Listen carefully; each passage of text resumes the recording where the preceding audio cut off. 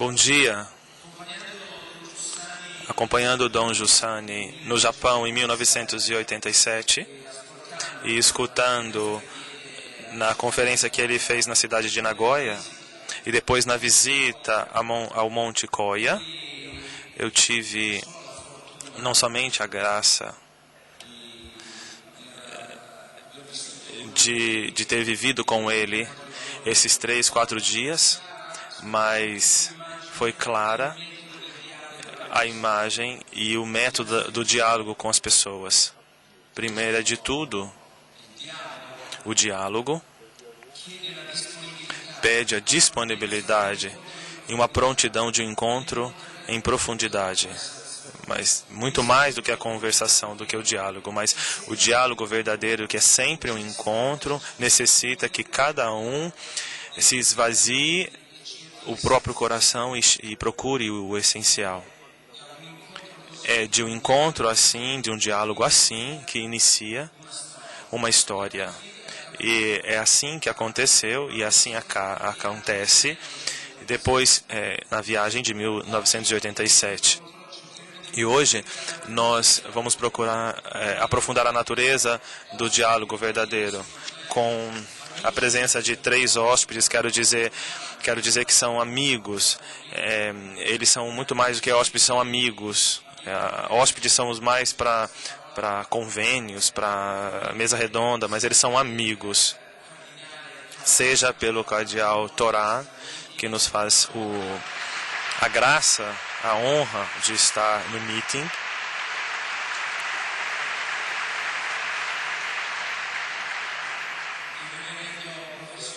O reverendo professor Shodo Abukawa, que é muito amigo do meeting, que depois nós vamos voltar uma viagem com o Japão com ele.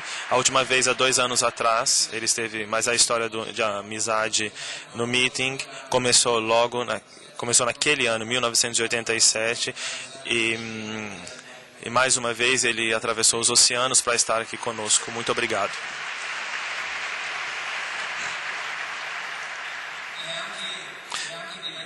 E também quero dizer, de hoje, amigo, poderemos considerar o doutor Tarek Albru, que vem de Bordeaux, a mesma cidade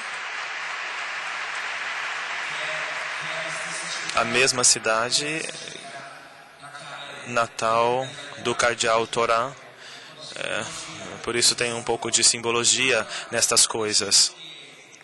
Eu dizia que eu antecipei um pouco aquilo que eu queria dizer, introduzindo o reverendo professor Abuka,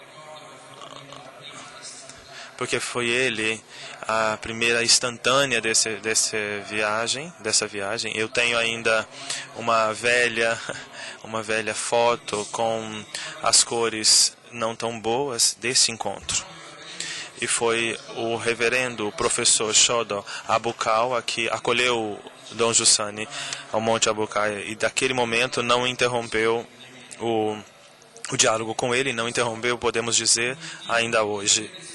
E esse, com o título Quem Crê Se Encontra, nós queremos aprofundar a natureza daquilo que, com uma palavra um pouco abusada, que nós dizemos diálogo. Uma palavra que quer dizer um pouco mais de substância, com mais profundidade, nós dizemos encontro. E agora estão aqui os nossos hóspedes, e eu passo a palavra ao reverendo Abukawa, que quer, antes de tudo, fazer a nossa e Paula nos ajudará na tradução e na exposição do intervento do professor. Muito obrigado. Ao senhor professor a palavra.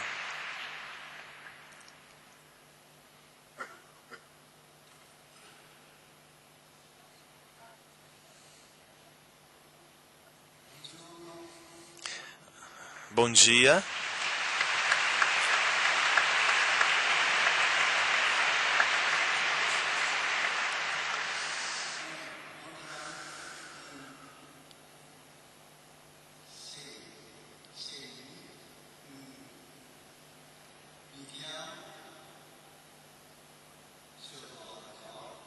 Eu me chamo Shodo Abukawa, do Monte Koé.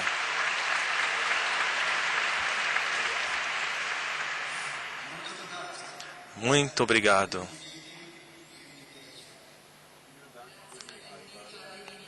Muito obrigado pelo convite ao meeting de Rimini.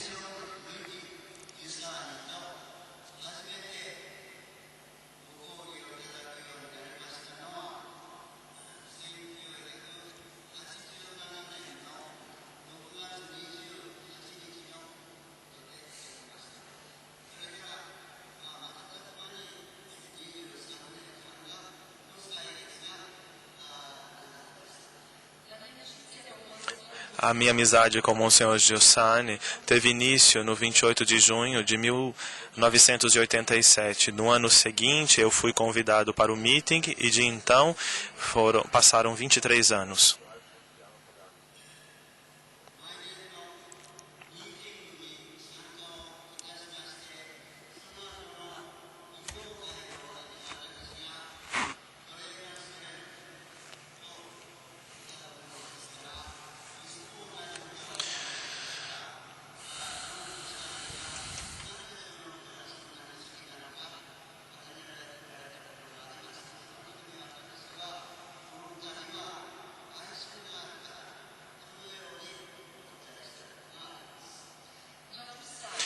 Dom Giussani, que na ocasião que ficou no final do meeting, me viu muitas vezes cantar "Volte para a entrada", e eu disse, porque nessa canção tem um sentimento de saudade, de melancolia.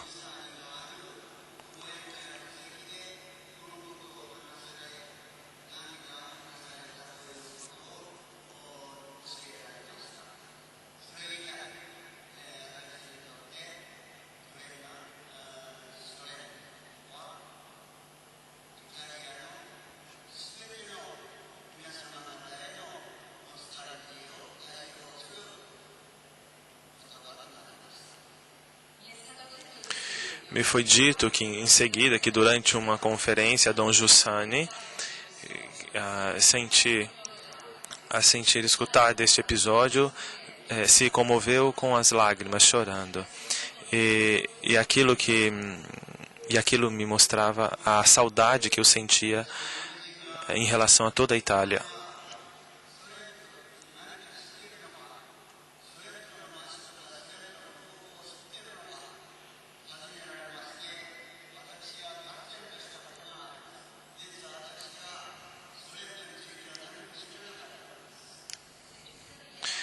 Mas ainda, quando um amigo japonês, quando diz, você sabe o que é Sorrento, o seu ambiente natural, sua paisagem, eu percebi, eu fiquei surpreso que em realidade eu não sabia nada.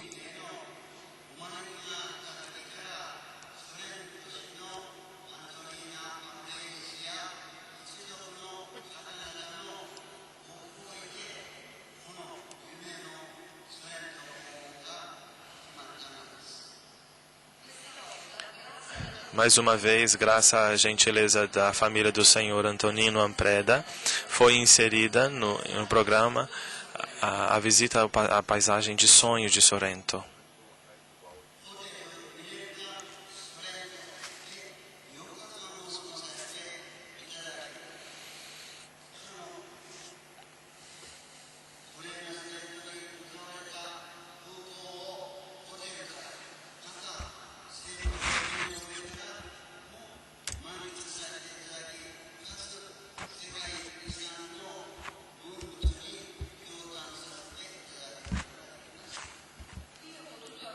Aqui eu pude olhar até a saciedade, seja do Hotel Minerva, onde eu fiquei hóspede, também no barco, e ver as antigas ruínas de Pesto e de Pompeia, que são patrimônio da humanidade, patrimônio histórico da humanidade.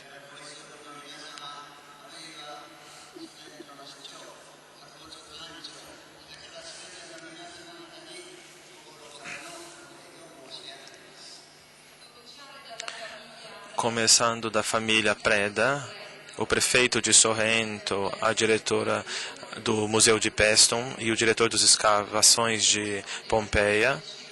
Eu agradeço a todas as pessoas que fizeram significativo minha presença ali, minha permanência ali, um caloroso abraço, uma calorosa saudação.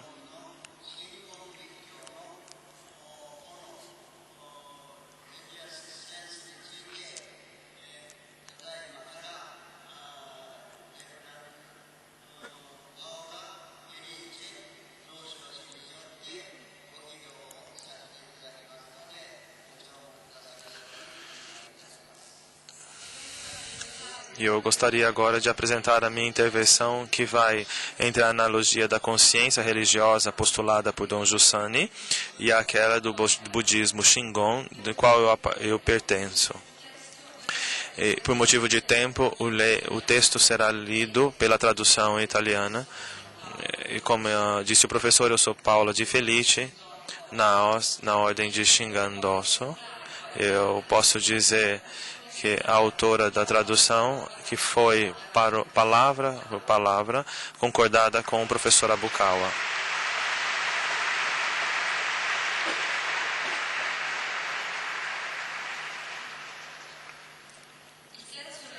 O sentido religioso de Monsenhor Luigi Giussani foi traduzido em japonês de Sadahiro e Marta Taeda em 2008. Naquele momento se transformou também por japoneses um importante ponto de referência como guia na experiência religiosa. A estrutura do ser humano, tida como referência a Dom Giussani como a referência religiosa, chama o lastre da filosofia religiosa Lassanalkat, que colocou a filosofia religiosa. Me desculpe. Antes de tudo, imitar a consciência do eu, necessária à vida cotidiana, de modo que não se transforme em egoísmo. Limitar a preguiça e a falta de equilíbrio na vida cotidiana. Mantenha a justa distância de um racionalismo destrutivo de um lado e de um excessivo moralismo do outro. Não idolatrar ou ideolizar aquilo que é objeto do coletivo, colocando esses pontos como fundamento da distinção entre bem e mal, que se encontra na base da estrutura cognitiva do ser humano. Se pode alcançar um ponto de vista universal em relacionamento com os fenômenos da existência. Monsenhor Giussani chama sentido ou consciência religiosa essa configuração emocional e religiosa na base do ser humano. No pensamento de Dom Giussani, essa inicia com a abertura do coração ao mundo fenomênico. No budismo, a estrutura dos estratos profundos da consciência é chamado consciência alaya, que significa depósito, constitui uma esfera profunda do ser, onde estão armazenadas as experiências cognitivas relativas a cada fenômeno, cada singular fenômeno, através de uma prática religiosa que se é análoga a esses 5 pontos já diz, e essa consciência se transforma em consciência amala, que apresenta uma certa analogia, grandes analogias com aquilo que Dom Giussani disse, abrindo o coração em relação a todas as coisas. Se diz que o homem, praticando os princípios que eu disse, se destaca, se separa de todos os modos de ver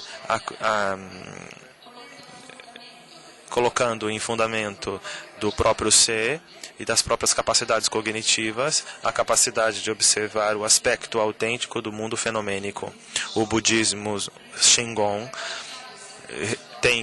percebe que a capacidade de observação autêntica leva a uma atitude de compaixão em relação a todos os seres. Monsenhor Giussani nos dá a capacidade de entender o mundo fenomênico, objeto da existência humana, como capacidade um amor que vai além do amor de si mesmo, e de tal modo se eleva a consciência que no profundo do coração o outro, que não é exclusivamente outro, não é diferente do eu, que não é certamente profissional e vice-versa, individual e vice-versa.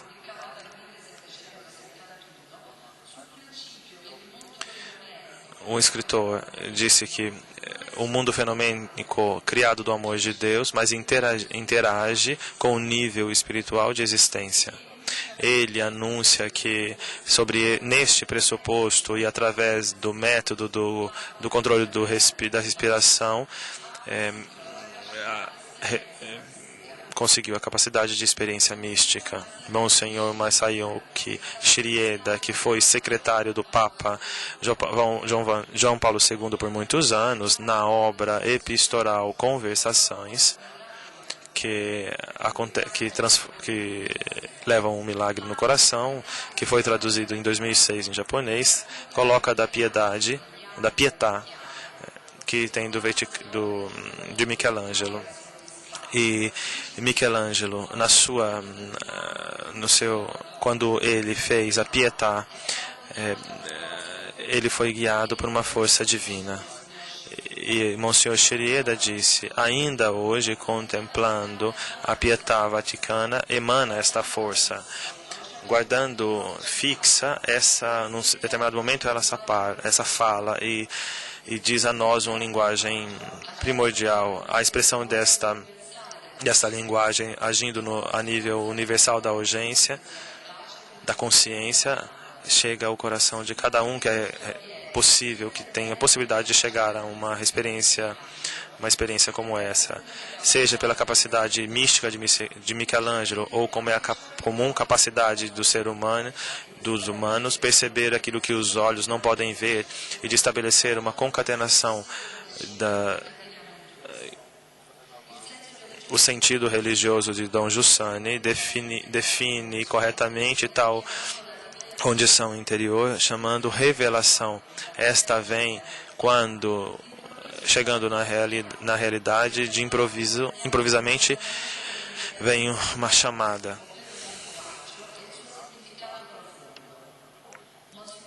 Monsenhor Giussani nos ensina que para cultivar a capacidade dessa experiência mística, devemos incessantemente, com empenho, viver a nível autêntico. O nível autêntico da realidade, a palavra Shinkon vem da Sastiko Mantra, um dos mantras principais, funda a estrutura do mundo fenomênico em 5 elementos. Nesse caso, expressas em 5 letras: A, terra; B, água; Ra, fogo; Ka, vento; Kya, éter ou espaço. Isso no budismo Shingon são chamados nos 5 grandes. A força mística que passa nas bases desses 5 elementos é expressada como Hum. O praticante do Shingon, para chegar ao correto equilíbrio interior, recita com si mesmo a Baraka Hum. A concentração incessante deste mantra faz emergir do interno a força espiritual e mística. Eu fui muito sintético, mas eu assim exprimi de maneira concentrada o sentido religioso como concebismo do Dom Giussani e o budismo Shingon, do qual eu pertenço.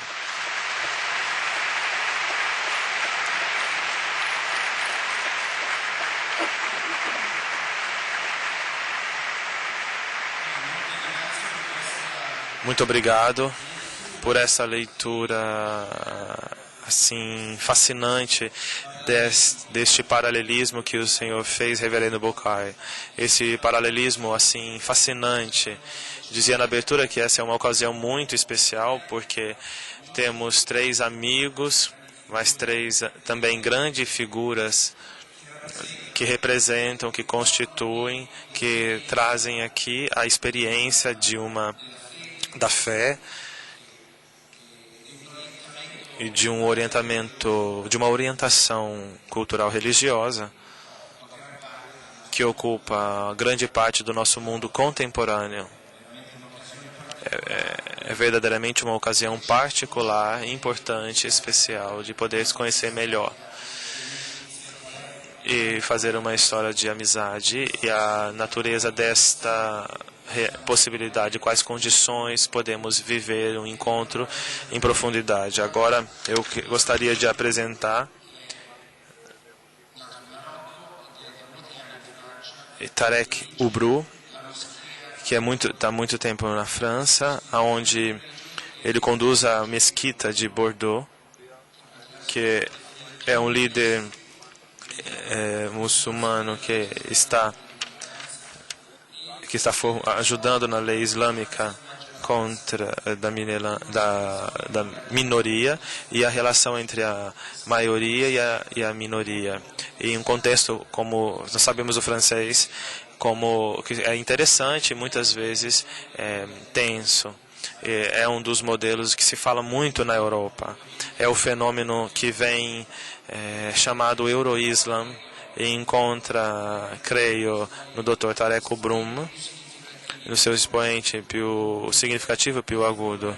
Por isso, eu gostaria mais do que agradecer por ter aceitado o nosso evento num período particular. Esse é o mês do Ramadã. Não só ter aceitado o nosso convite, mas poder te dar a palavra no nosso meeting. Graças, Dr. Ubru.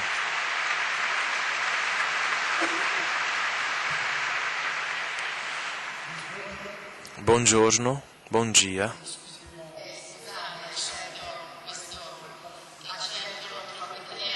Me desculpe esse sotaque não tão italiano, não é verdade? O argumento do nosso encontro de hoje é um argumento fundamental, um argumento que constitui um desafio que se situa num momento particular especial da nossa história. Talvez pela primeira vez a nossa humanidade se revela a si mesma na sua diversidade e com toda a grandiosidade que acompanha. Realmente a tecnologia da comunicação e de transporte completamente mudaram os nossos relacionamentos de tempo e de espaço. Hoje nós entramos numa fase onde o espaço se diminui sempre menos, onde a história se acelera cada vez mais com uma interpenetração das culturas, das religiões, uma sobrepposição consentida por causa das técnicas e das tecnologias de comunicação e transporte. As nossas sociedades se transformam cada vez mais em plurais.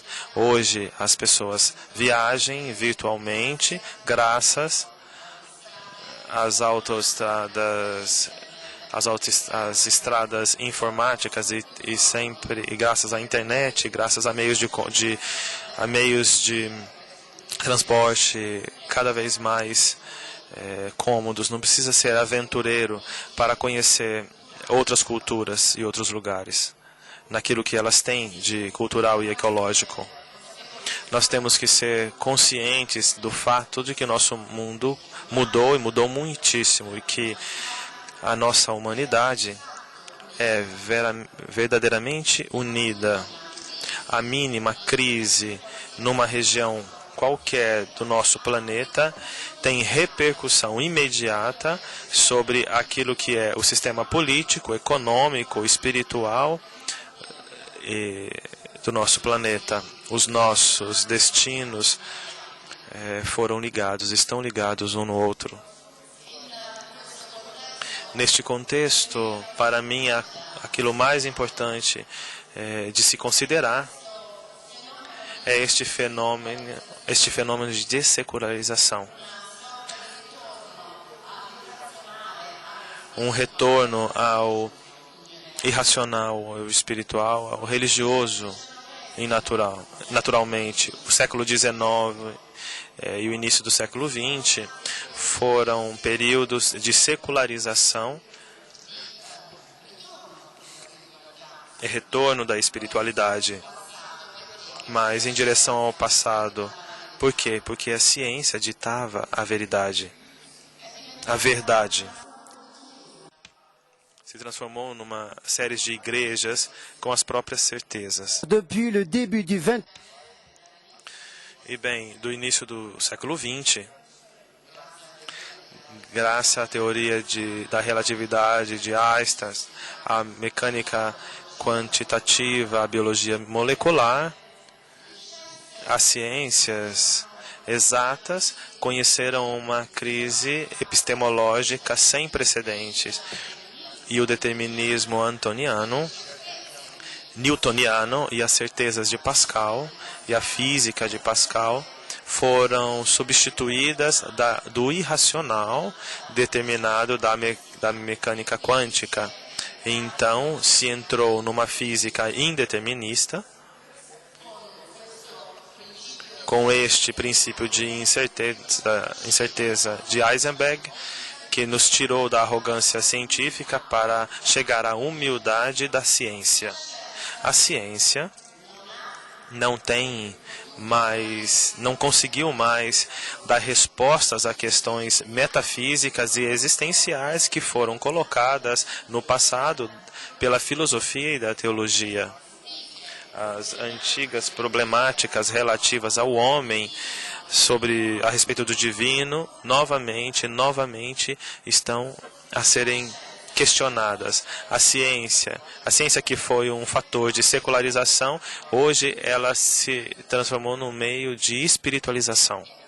E então,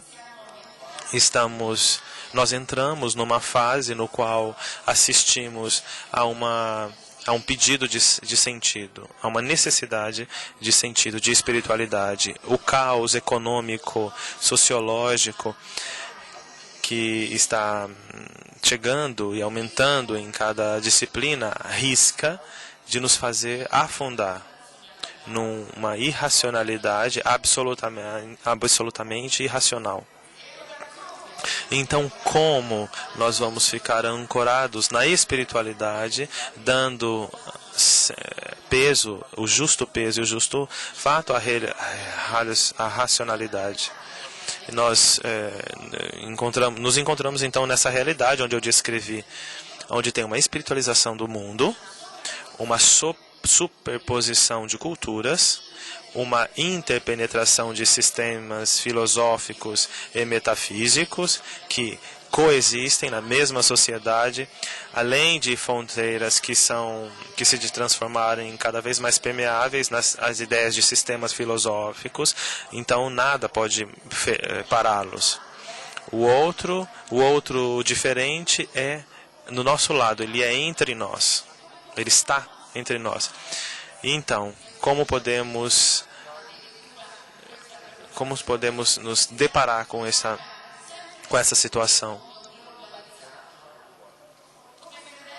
Como alguém que crê, eu fui convidado a me rever, a rever aquilo que é o meu olhar,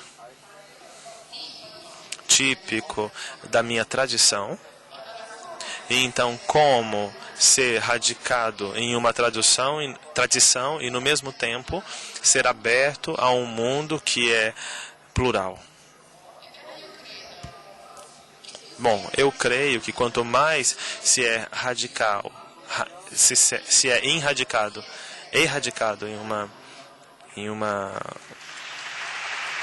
quanto mais erradicado em uma cultura, mais aberto ao mundo.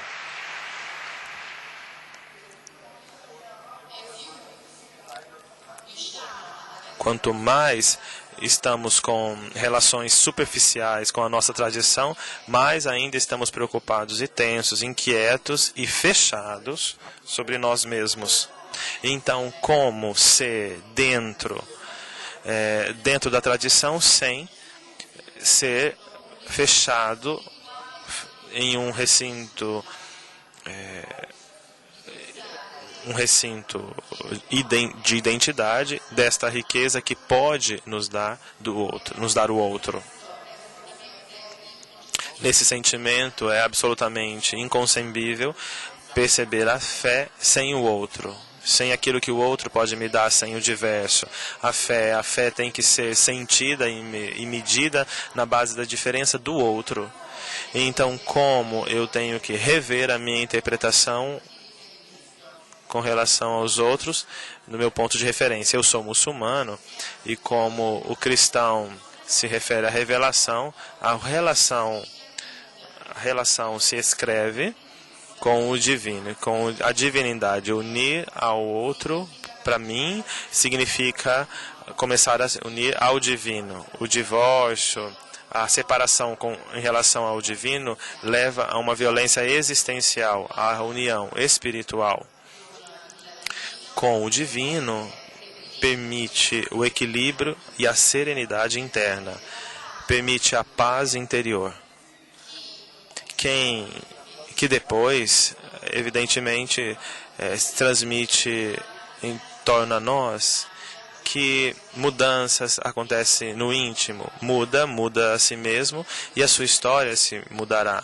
Não nos encontramos mais naqueles sistemas revolucionários. Os revolucionários mudar tudo, menos a si mesmo. Mas nessa tradição e também nas outras revelações, tudo começa do eu, da pessoa, de uma relação serena da pessoa com o divino. A falência a nível de transcendência corre o risco de derivar em uma violência familiar interior ou social, ou a violência internacional. A construção da paz começa com a paz com o Criador.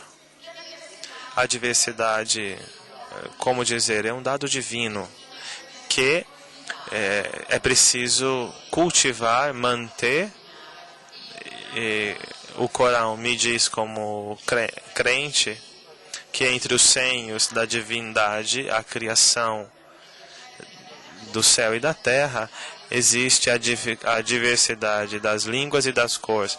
O Corão diz de polimorfismo genético e cultural como sinal da diversidade e da divindade. A diversidade do homem deve se unir com a unidade de Deus, sem tirania, mas na unidade, mas na diversidade. Mas se Deus queria dizer só o Corão, ele queria somente uma comunidade. Mas nós temos, nesse sentido, uma teologia de diversidade que, evidentemente, liga os sinais de Deus nesta nova configuração da humanidade. A antropologia atual da nossa humanidade é um capítulo teológico que confere substância à reflexão teológica da complexidade do Congresso Ecológico.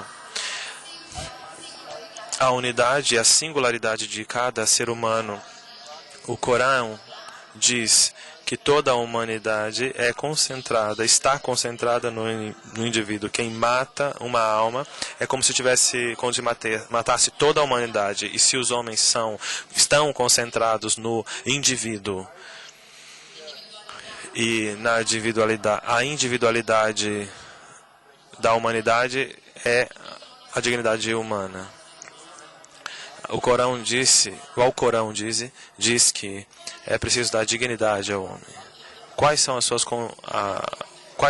convicções religiosas, metafísicas e religiosas? Como encontrar Este é o dilema. Eu penso que quanto mais trabalhemos na nossa convicção pessoal, mais seremos tolerantes. A intolerância é uma dúvida, é a fragilidade na relação com a própria tradição. E então, é preciso trabalhar este tipo de teologia da tolerância, da diversidade, no momento no qual a tensão minoritária vai contra a sociedade e com injustiças. As crises econômicas, as crises políticas, a violência diante dos nossos olhos, é como inserir o diálogo interreligioso numa geoestratégia, numa geopolítica, uma geoteologia que possa prever a violência. Então, evidentemente, este é o trabalho do religioso, mas também do homem político. É o que deve fazer aquele que intervém no social.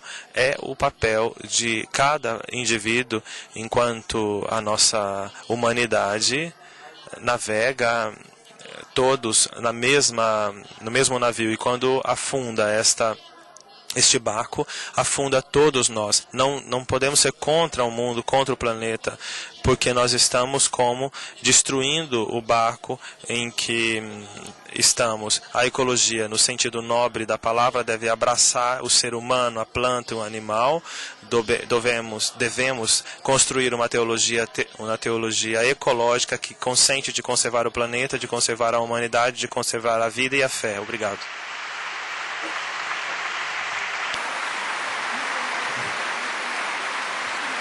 Ringrazio molto il dottor Ubru perché eu agradeço muito. Nesse discurso tiveram afirmações muito importantes que abrem uma história de reflexão e de interesse recíproco. Então agora eu gostaria de pedir ao nosso grande e caro amigo, Sua Eminência o Cardeal Jean-Louis Toran, de falar. É impossível vos dar sinteticamente o seu itinerário de cargos, de pessoa prestigiosa. Ele serviu o Papa João Paulo II por muitos anos como secretário, seria o ministro do exterior da Igreja. Seria um modo um pouco impróprio da nossa visão republicana. E de junho de 2007 é o presidente do Concílio para o Diálogo Interreligioso. Obrigado, Eminência. Ao senhor a palavra. Obrigado por estar no meio de nós.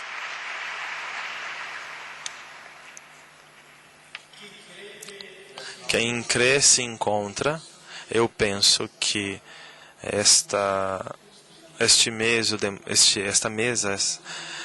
demonstra, principalmente de Tara Ubru, falou, quando se crê que cada pessoa humana recebeu do Criador uma dignidade única.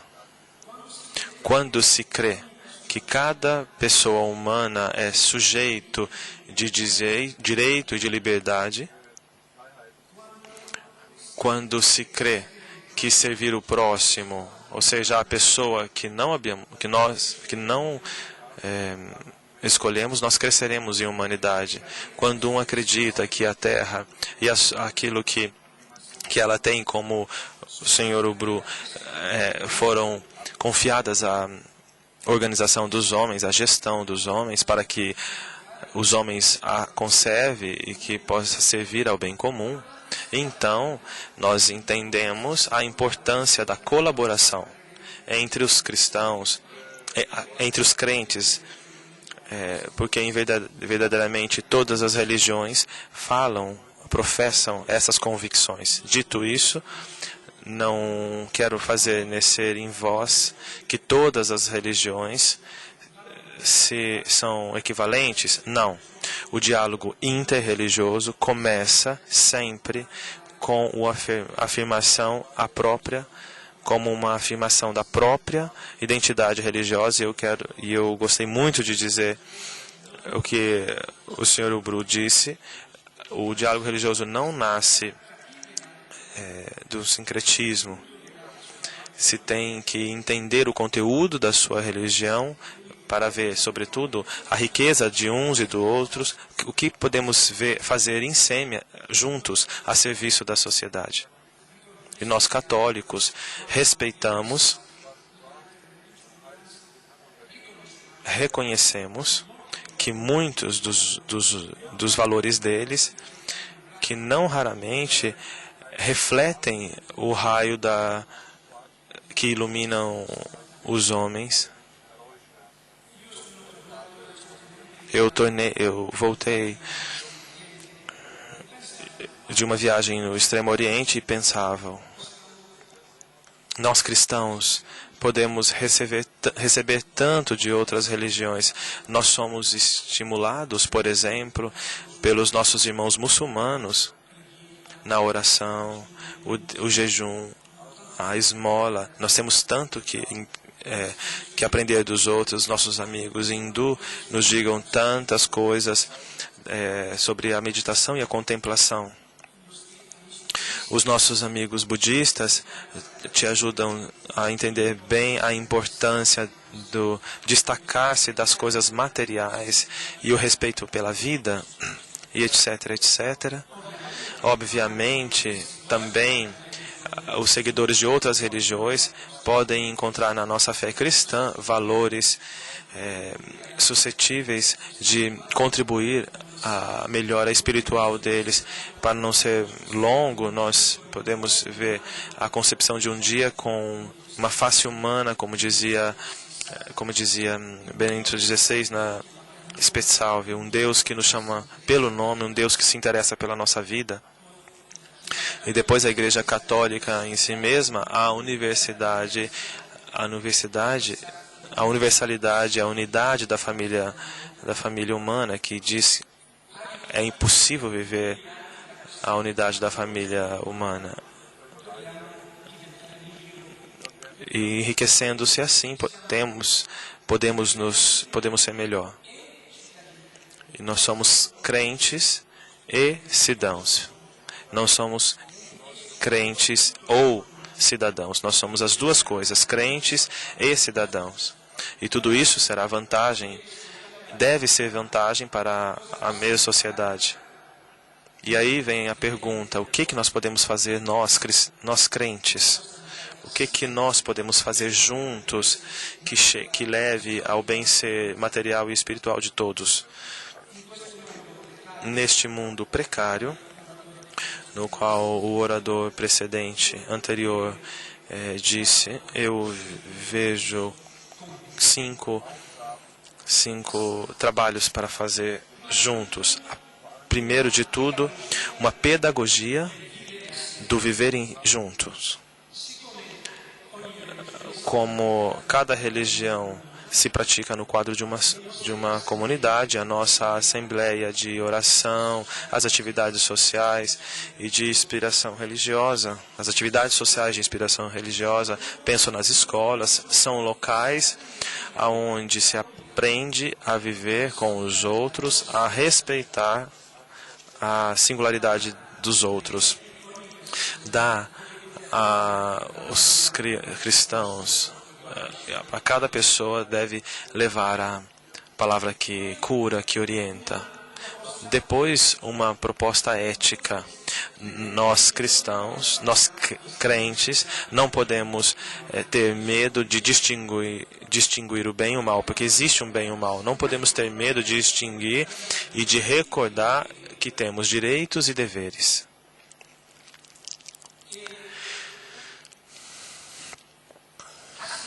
E juntos devemos derrubar os muros que o medo do outro nos fez levantar. Não se trata de impor, mas de propor. E é exatamente aquilo que se realiza no diálogo interreligioso, o diálogo entre nós. Demonstramos que é possível viver a diferença na fraternidade. E assim, podemos passar pouco a pouco do medo do outro ao medo pelo outro. Para mim, isto é fundamental. Se eu reconheço no outro um irmão, então eu passo de ter medo dele para ter o medo pelo outro. Quer dizer, os seus interesses, os seus direitos, os seus interesses são os meus interesses, os meus direitos. E a sociedade pluralista não pode esquecer duas realidades que dois crentes são inseparáveis, a justiça e a paz. Depois, um outro trabalho que podemos fazer juntos é a paixão para servir. Todos sabemos do voluntariado, pertencentes a religiões variadas. Também aqui em Sieme, com iniciativas comuns, damos um rosto comum à acolhida e à solidariedade. Juntos ainda podemos dividir nossa estrutura de acolhimento, sejam locais de proximidades no qual quem sofre se sente acolhido por aquilo que é e não por aquilo que se gostaria que ela fosse. Depois vejo ainda uma outra coisa para fazermos uma formação de cidadãos responsáveis. Não é certo a serviço das religiões propor aos políticos que eles devem fazer, mas é formar a consciência dos seus seguidores, para que ninguém fique indiferente diante da justiça. Com uma vigilância desinteressada, os crentes não devem ter medo de criticar que não contribuem pelo bem da pessoa, mas têm que acompanhar de maneira construtiva e responsável os políticos e relembrando eles que todos os políticos, que a política é para o homem. E finalmente, talvez o mais importante, o testemunho religioso. O diálogo religioso naturalmente um diálogo essencialmente espiritual. As igrejas e as religiões não podem se contentar em difundir os valores humanísticos, não é o seu serviço.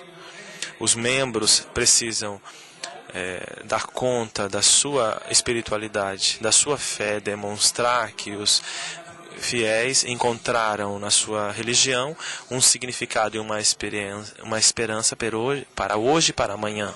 E para nós, neste mundo secularizado, é indispensável, ao menos, a interrogação. Deus, que se encontra ao horizonte da sociedade.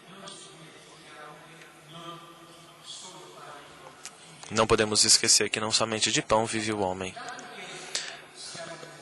Dizendo que, uma vez que estamos em Europa, eu gostaria de indicar 4 pontos onde os fiéis poderiam ajudar-se. A cidade, nós temos que ser unidos, que é o anonimato e o gueto. Depois dos momentos de relaxar, nós somos a sociedade do tempo livre. Em Rimini basta caminhar pelas estradas para se perceber.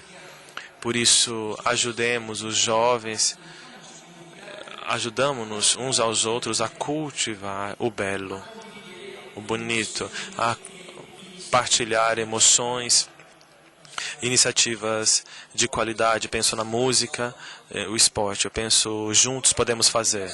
E depois a educação e a escola, é na escola que se aprende a fraternidade, o respeito das diferenças. Mas os companheiros de escola, a transmissão do fato do passado, contribuem para formar o homem, o crente e o cidadão. E, finalmente, a hospitalidade na sociedade pluricultural, como as nossas, devem acolher, escutar, entender e agir.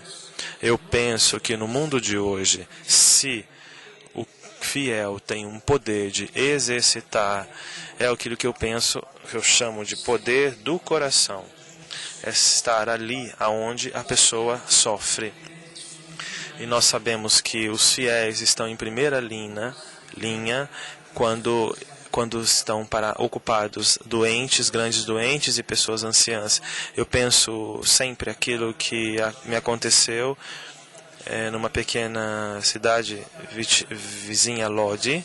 Eu estava numa casa, a casa de sacerdote, uma religiosa e um sacerdote de 70 anos reuniram 12 deficientes e com 50 missionários das paróquias, voluntários das paróquias, eles tomam conta dessas pessoas. E ali tinha uma Patrícia, mãe de família, que tem 40 anos, um pouco mais, que teve um infarto, e ali ela tem necessidade de ajuda do corpo. Ela somente mexe os olhos e o queixo. Fizeram um computador especial e as letras passam, e ela tinha... E eu fiquei muito comovido para abençoá-la, e depois eu vi que na sua testa tinha um fular, e sobre nesse fular tinha uma frase. A frase era a mesma: vivo porque alguém me ama. Eu penso que isso é magnífico, não precisa comentar.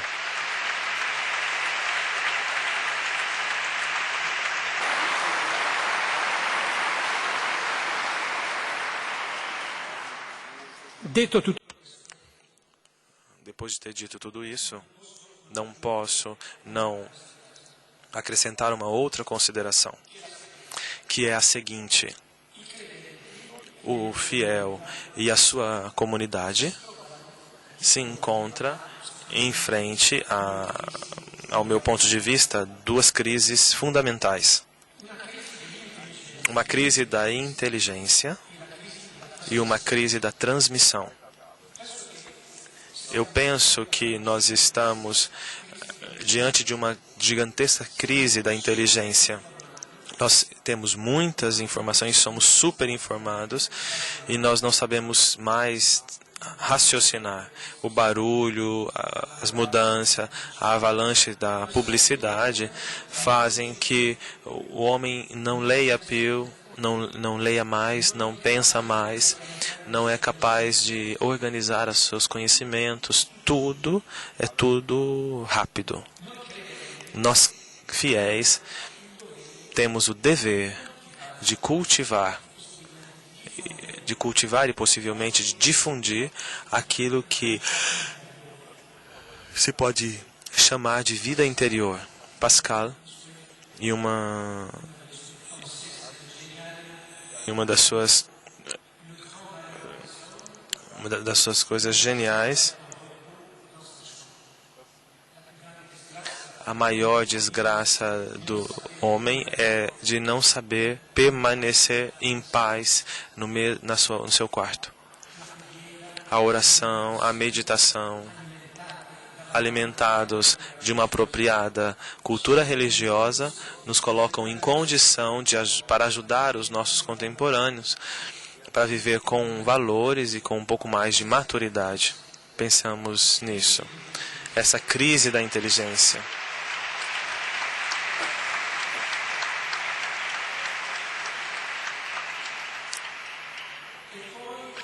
Depois, a crise da transmissão. Vocês que são pais, vocês podem dizer melhor do que eu, os valores familiares, morais e religiosos.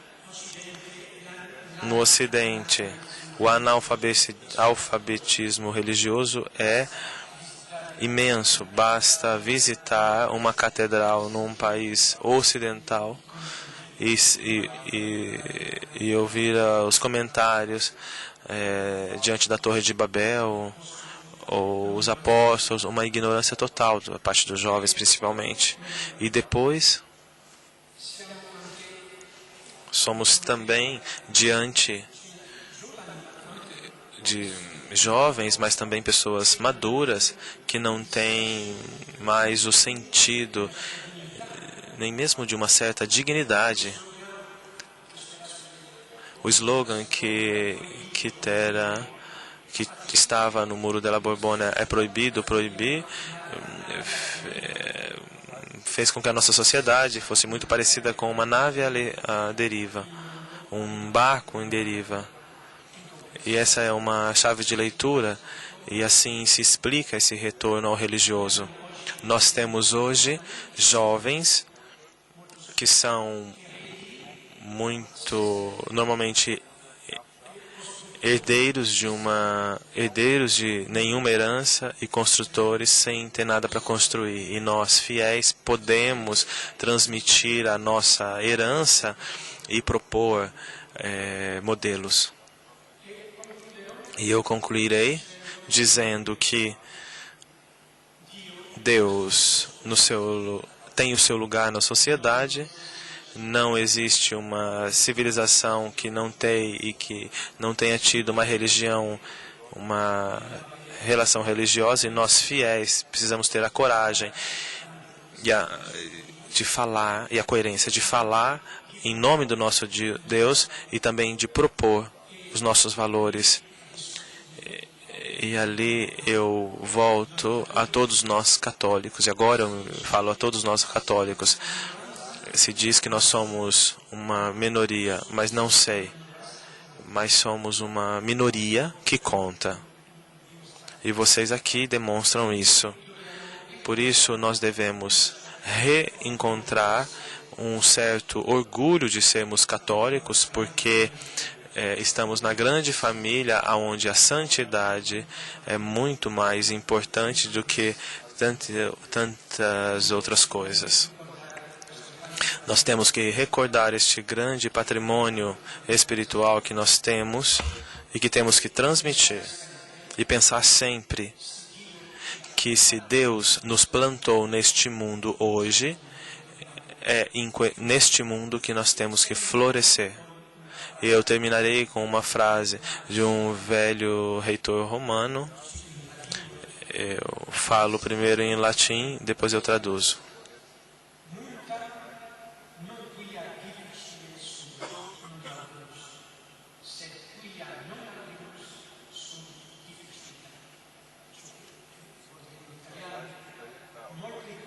Muitas coisas, não porque são difíceis, nós não fazemos, mas porque nós não fazemos, são difíceis. Essa é a minha última palavra será: ousemos. Obrigado.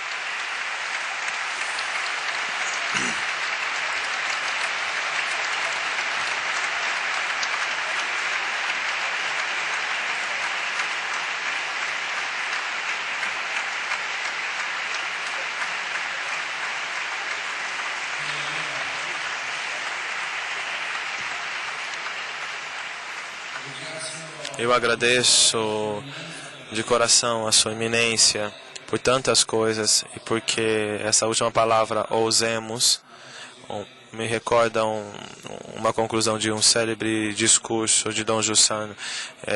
Ele disse: eu não quero que vocês fiquem, eu espero que vocês não fiquem mais tranquilos. Eu acho que vocês se lembram e me lembram dessas palavras de Dom Jussano, e que também citou um convite, como convite ao empenho. Os jovens são uns herdeiros sem herança.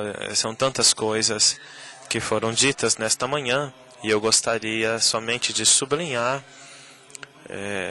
a expressão que usou o Dr. Ubru, por exemplo, o sistema desta tradição que vai contra aquilo que cremos normalmente. Quanto mais com raízes, mais ser aberto. Essa é um desafio para essa ideologia corrente. E assim, eu concluo. Eu quero também agradecer dele e agradecer aquilo que é uma grande tradição trazida aqui do reverendo Abukawa, que, como nós disse, nos dá tanto afeto e tanta amizade, porque as coisas que ele nos disse, a abertura do coração ao mundo fenomênico e a observação que se transforma em postura de compaixão, nos embate com a realidade que nos chama à estrutura sotostante. O logo são palavras, são temas que nós no meeting, procura fazer nesse seu percurso. Eu agradeço a vocês todos e aos 3 hóspedes. Muito obrigado e bom dia para vocês.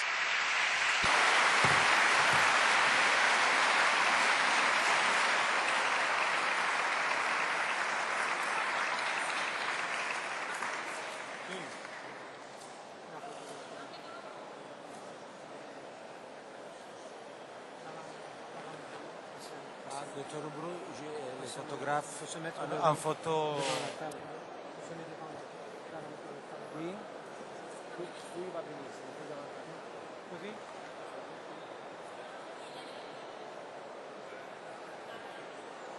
Vicini.